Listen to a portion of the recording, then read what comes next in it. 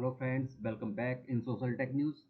तो स्वागत है आपका इस वीडियो में, जो मैं आपके सामने एक नई वैकेंसीज लेके आया हूँ जो कि भी एनएलसी इंडिया लिमिटेड में आई है।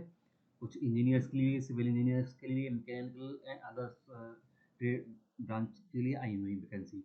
तो आज उसी वैकेंसीज के बारे में मैं आपको बताने वाला हूँ। ऑर्गेनाइजेशन का नाम है एनएलसी इंडिया लिमिटेड।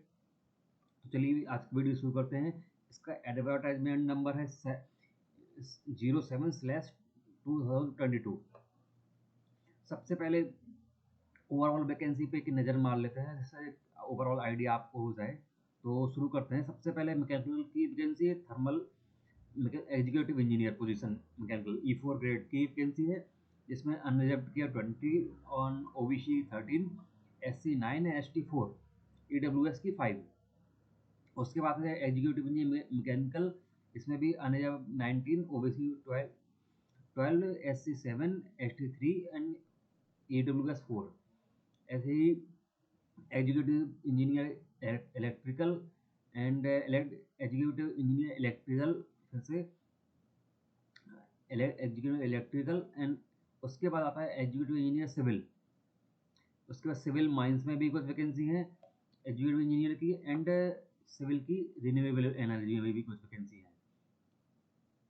अब चलते हैं आगे। इसमें साइंटिफिक थर्मल थर्मल की वैकेंसी, इसमें जो मैनेजर ग्रेड की E4 ग्रेड पे, और जियोलॉजी पे है, माइंस एनवायरमेंटल पे है vacancies, industrial engineering, chemicals and manager की, डिप्टी मैनेजर के एडमिनिस्ट्रेशन में है। उसके बाद हम आगे बढ़ते हैं तो मैनेजर पब्लिक रिलेशंस में है, मैनेजर लीगल में है। तो यहाँ पे इतनी सारी वैकेंसीज आई हुई हैं काफ़ी। तो मेन हमारा जो फोकस है वो सिविल इंजीनियरिंग के इसमें कवर करने वाले हैं। तो आइए शुरू करते हैं सिविल इंजीनियरिंग के लिए। तो सिविल के लिए मैं आपको बता दूं। हाँ, तो ये सिविल इंजीनियरिंग जो थर्मल में वैकेंसीज है, जिसमें एक है एसटी के लिए, इसमें full time bachelor of civil engineering के लिए सिविल एंड स्ट्रक्चरल इंजीनियरिंग की डिग्री कंपलसरी है। इसके मैं आपके तीनों का एक्सपीरियंस जो साइड में अदर एलिजिबिलिटी क्राइटेरिया है वो कॉमन है, तो मैं आपको बाद में बताऊंगा। तो बाकी पहले वैकेंसी डिस्कस कर लेते हैं। उसके बाद सिविल की माइंस में एग्जीक्यूटिव इंजीनियर जो 2 वैकेंसी अनरिजर्व्ड के लिए, और उसके बाद है सिविल की एग्जीक्यूटिव इंजीनियर की E4 ग्रेड, जो कि है रिन्यूएबल एनर्जी में। इसमें अनरिजर्व्ड की 3 है, ओबीसी की 2 है, SC 2, ST 1, EWS 1। और इन तीनों के लिए जो एलिजिबिलिटी क्राइटेरिया है वो है कि degree in civil engineering. And इसके बाद जो डिजायरेबल एक्सपीरियंस है, जो रिक्वायर्ड एक्सपीरियंस है, उसके बारे में हम डिस्कस कर लेते हैं। तो आपके लिए जो पोस्ट क्वालिफिकेशन एक्सपीरियंस है, जो कि आपकी डिग्री के बाद का आपका एक्सपीरियंस है, वो आपका 5 ईयर्स का होना चाहिए। और area of post qualification experience, out of the total experience the candidate should have at least 3 years of experience in field of either construction or installation commissioning of solar power project of at least 10 megawatt capacity पर, और hydropower project at least 10 megawatt capacity। तो आपके पास 3 साल का experience होना चाहिए, जो कि सोलर पावर प्रोजेक्ट का हो 10 मेगावाट कैपेसिटी का, एंड या हाइड्रो पावर प्रोजेक्ट का एक्सपीरियंस हो। हाँ, जो कि प्लेस ऑफ पोस्टिंग इसमें लिखा हुआ है वो है 6 पोस्ट है। Place of posting salary project anywhere India में कहीं भी हो सकता है, and most probably likely in Assam state. Assam में स्पेशली रिकमेंडेड है वैकेंसी, एंड आपको कहीं भी पोस्ट किया जा सकता है रिक्वायरमेंट के हिसाब से। एंड तीन पोस्ट हैं जो एनीवेयर इंडिया के लिए, ऑल ओवर इंडिया। इसके बाद हम चलते हैं vacancy executive engineer civil mines के लिए। इसमें भी एलिजिबिलिटी क्राइटेरिया सेम है, 5 ईयर का एक्सपीरियंस। सिविल का एक्सपीरियंस इसमें कंस्ट्रक्शन है, maintenance, building yards, retaining walls, roads, water supply and sewage. इसका जो एक्सपीरियंस रिक्वायर्ड है वो है building work, specially maintenance and construction work. और इसके जो preferable knowledge of SAP, computer, CAD, 3D modelling tools, conventional mining equipments, experience, crisis management is preferable. इसके बाद आपके पास सैप और ऑटोकैड की 3D मॉडलिंग का नॉलेज है आपके पास, तो वो बेटर इफेक्ट करेगा आपको।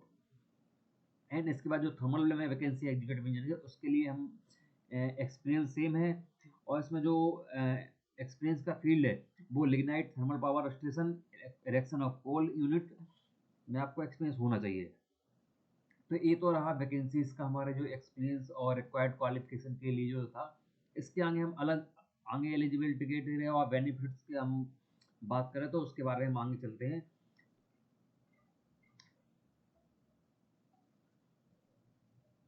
चलिए, इसके लिए जो एज लिमिट का क्राइटेरिया है, E4 ग्रेड के लिए अनरिजर्व्ड और ईडब्ल्यूएस के लिए 36 year upper age limit, and OBC के लिए 39, एंड एससी के लिए 41, एसटी के लिए 41। E3 ग्रेड के लिए 32 for unreserved and 35 for OBC, 37 for SC and 37 for ST grade.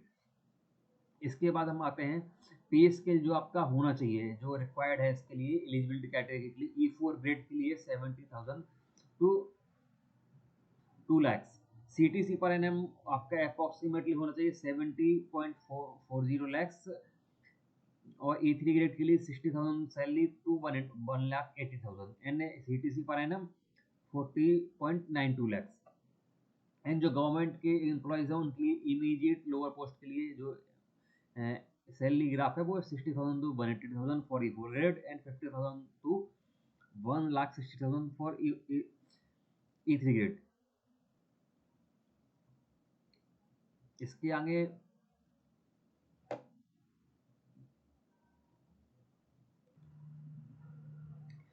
फिर तो चलिए अब इसके मेथड ऑफ सिलेक्शन की हम बारे में बात कर लेते हैं। तो इसका जो सिलेक्शन होना है उसके लिए आपकी 80 मार्क्स का आपका एवेल्यूशन टेस्ट होगा जो कि रिटन टेस्ट होगा, एंड 20 मार्क्स के लिए आपका इंटरव्यू।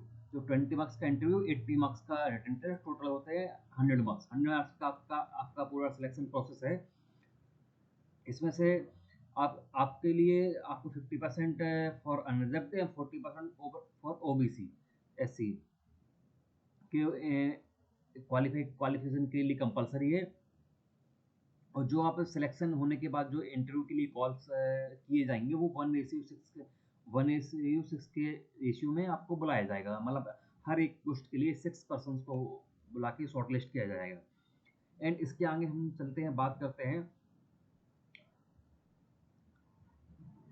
तो हाँ, इसकी एग्ज़ाम फीस के बारे में बात करें तो जो अनरिजर्व्ड और ईडब्ल्यूएस ओबीसी के लिए सिलेक्शन फीस है वो है application fees 854 rupees, and for SC ST it is 354 rupees. इसके आगे जो रिक्वायर्ड है आपको फॉर्म फिलअप करने के लिए फाइल्स की साइज वो हम बता देते हैं। जो पासपोर्ट साइज आपको फोटोग्राफ चाहिए 50 मैक्सिमम, जेपीईजी फाइल 50 केबी की, and image of signature JPEG file 50 केबी की, एंड अदर जो बर्थ सर्टिफिकेट और proof of position notification certificate, degree post जो डिग्री सर्टिफिकेट है वो आपका होना चाहिए 250 केबी, 250 केबी। अदर अदर जो डॉक्यूमेंट्स है वो 2.5 केबी, 2.5, और डोमिसाइल के लिए 250 की भी। इस तरीके से आपका ये डॉक्यूमेंट्स की फाइल की साइज आपको तैयार करनी होगी। इसके आगे हम चलते हैं तो जो ओपन डेट हम बता देते हैं कब की है। जो ओपनिंग डेट है 25 अगस्त को ये फॉर्म आया था, एंड इसकी लास्ट जो क्लोजिंग डेट है वो 23 सितंबर को फॉर्म फिलअप क्लोज हो जाएगा, एंड लास्ट पेमेंट की लास्ट डेट है 23 सेम डेज को, एंड सबमिट करने की लास्ट डेट है ऑनलाइन सबमिशन 24 सितंबर। तो आप सितंबर आपको 23 सितंबर तक फॉर्म भर लेना है अगर आपको इसको अप्लाई करना चाहते हैं। इस तरीके से ये फॉर्म है। तो आई होप फ्रेंड्स आपको ये वीडियो पसंद आया होगा। इस वीडियो के बारे में, वैकेंसीज के बारे में आपको पता चला होगा। तो फिर हम जुड़े रहिए, चैनल को लाइक कीजिए, कमेंट कीजिए, सब्सक्राइब कीजिए फॉर ऐसे ही आगे जॉब वाली वैकेंसीज के वीडियोज़ के लिए। मिलते हैं फ्रेंड्स नेक्स्ट वीडियो में, तब तक के लिए bye bye, goodbye, take care.